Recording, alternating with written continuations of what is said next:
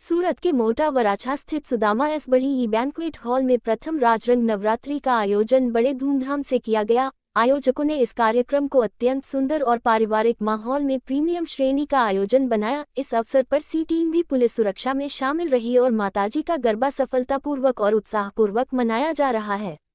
नवरात्रि के प्रथम दिन माता शैलपुत्री की पूजा होती है, जो देवी पार्वती का ही प्रथम रूप है। उनके हाथों में त्रिशूल और कमल सुशोभित हैं, जबकि उनकी सवारी नंदी बैल है। माता शैलपुत्री की पूजा से चंद्रमा के द्वारा पड़ने वाले बुरे प्रभाव भी निष्क्रिय हो जाते हैं। नवरात्रि आयोजन की विशेषताएं।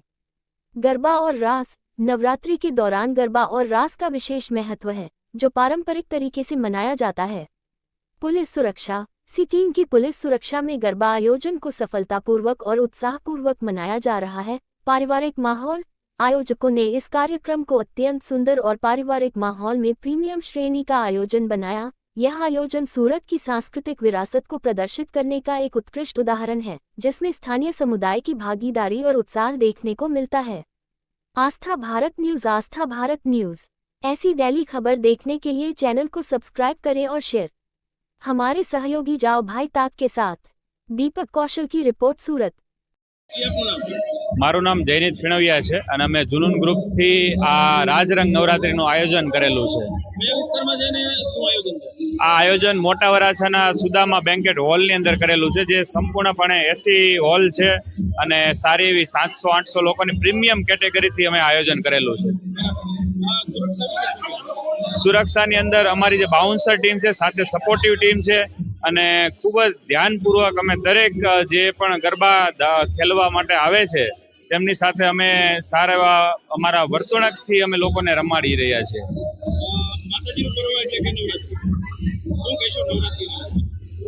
નવરાત્રિમાં તો ખાસ કે ઘણા બધા આયોજન થઈ રહ્યા છે, પણ માતાજીને ધ્યાનમાં રાખીને જે આયોજન થવું જોઈએ અને જે ફેમિલીઓની સેફટી છે કે જે ગર્લ્સની સેફટી છે એ દરેક બાબતોનું ધ્યાન રાખીને અને માતાજીને જે કંઈ પણ કહેવાય ને કે ભક્તિમય વાતાવરણથી રમવાનું છે એ વાતાવરણ અમે અહીંયા પૂરું પાડીએ છીએ। અમારે અહીંયાની જે કેપેસિટી છે 1000 લોકોની છે, પરંતુ અમે 700-800 લોકો સુધી એ કેપેસિટીથી જે આરામથી લોકો સ્પેસથી રમી શકે એ રીતે આયોજન કરેલું છે। મારું નામ ક્યાડા મહેક છે। મોટા વરાછા વિસ્તારમાં બેન્ક્વેટ હોલમાં સુદામા બેન્ક્વેટ હોલમાં આવ્યા છીએ નવરાત્રી રમવા। હા, અમે અહીંયા સુરતમાં રહીએ છીએ, યોગી ચોક વિસ્તારમાં। અમે અમારી કોલેજ ફ્રેન્ડ સાથે આવ્યા છીએ।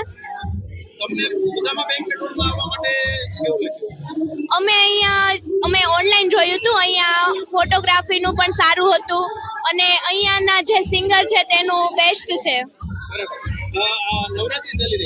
હા, અમારે હું ગુજરાતી છું અને અમારે સ્પેશિયલ તહેવાર હોય છે નવરાત્રી, જેમાં અમે 10 દિવસ માતાજીની આરાધના કરીએ છીએ અને ઘૂમીને ગરબા રમીએ છીએ। કેવું લાગે છે કોઈ પણ હોલમાં કે ગામમાં કે શેરી ગરબામાં જઈ નવરાત્રી ચાલી રહી છે, સંદેશો શું આપશો?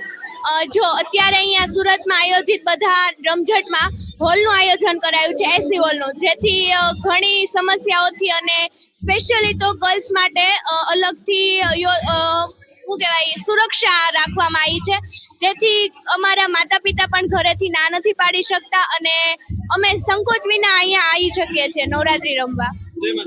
જય માતાજી। જી, હું પરાગ પાંસુરિયા છું, બાય પ્રોફેશન એન્કર છું અને રાજરંગ નવરાત્રીનો હોસ્ટ છું અત્યારે। પરાગભાઈ, નવરાત્રી અંતર્ગત અને સુદામા બેન્ક્વેટ હોલ અંતર્ગત આપની રાજરંગ નવરાત્રી જે સુદામા બેન્ક્વેટ હોલ ખાતે થઈ રહી છે, આમ તો નવરાત્રી ઘણી બધી થતી હોય છે, પણ સ્પેશિયલી પારિવારિક નવરાત્રી જેને કહી શકાય।